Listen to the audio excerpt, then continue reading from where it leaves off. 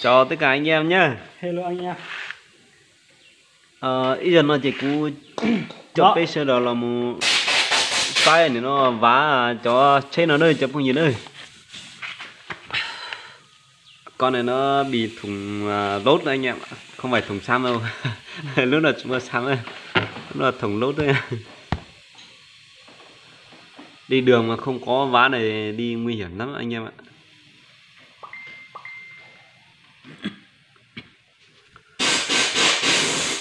Chứ mình sắp sơ rồi chân lông nó phải cắt ra nữa nhưng mà con mình không.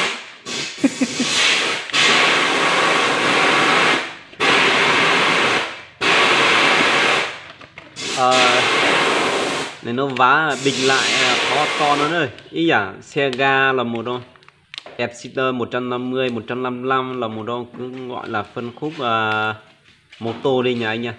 Cho cái gì sau đó này. Để đưa chủ tao mua từ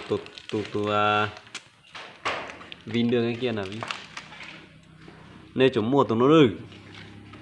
Nên chủ mua từ lò nó đấy. Nên chủ mất lò còn thì nó khó mà chú lò nữa. Chỉ nên mua từ công nó đi. Mua từ công nó. Trong một từ công á.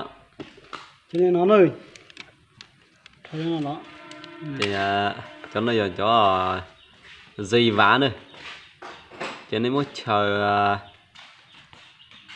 mua chờ một đồng hồ thủ công rồi, cho nên mua chế một đồng hồ, cho nên cho lò, cho nên tu, cho nên các ngoài thế này, cho nên bơn nó sẽ vậy ok.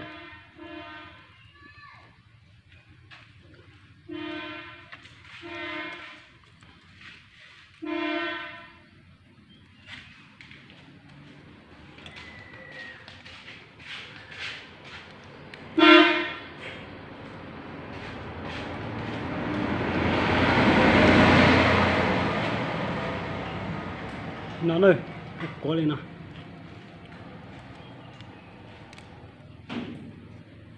Có lên nào thôi.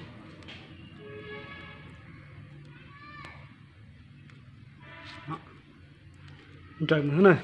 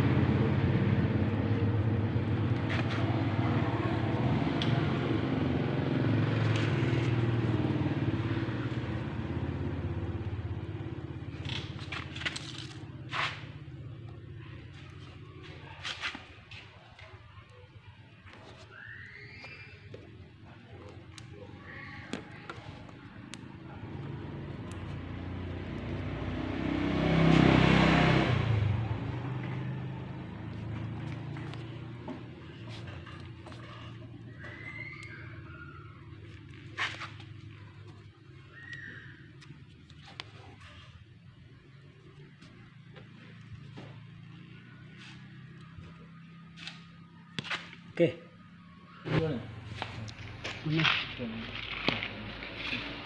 Anh em cứ mạnh tay vào nhá. Anh em mạnh tay vào, sau đó anh em cần là anh em giúp phát chưa? Đấy. Như thế là anh em sẽ Cắt lấy dao cắt ở ngoài nhá. Đấy, cái sắt của nó nhá. Ok, chào anh em. nó thế này, như này.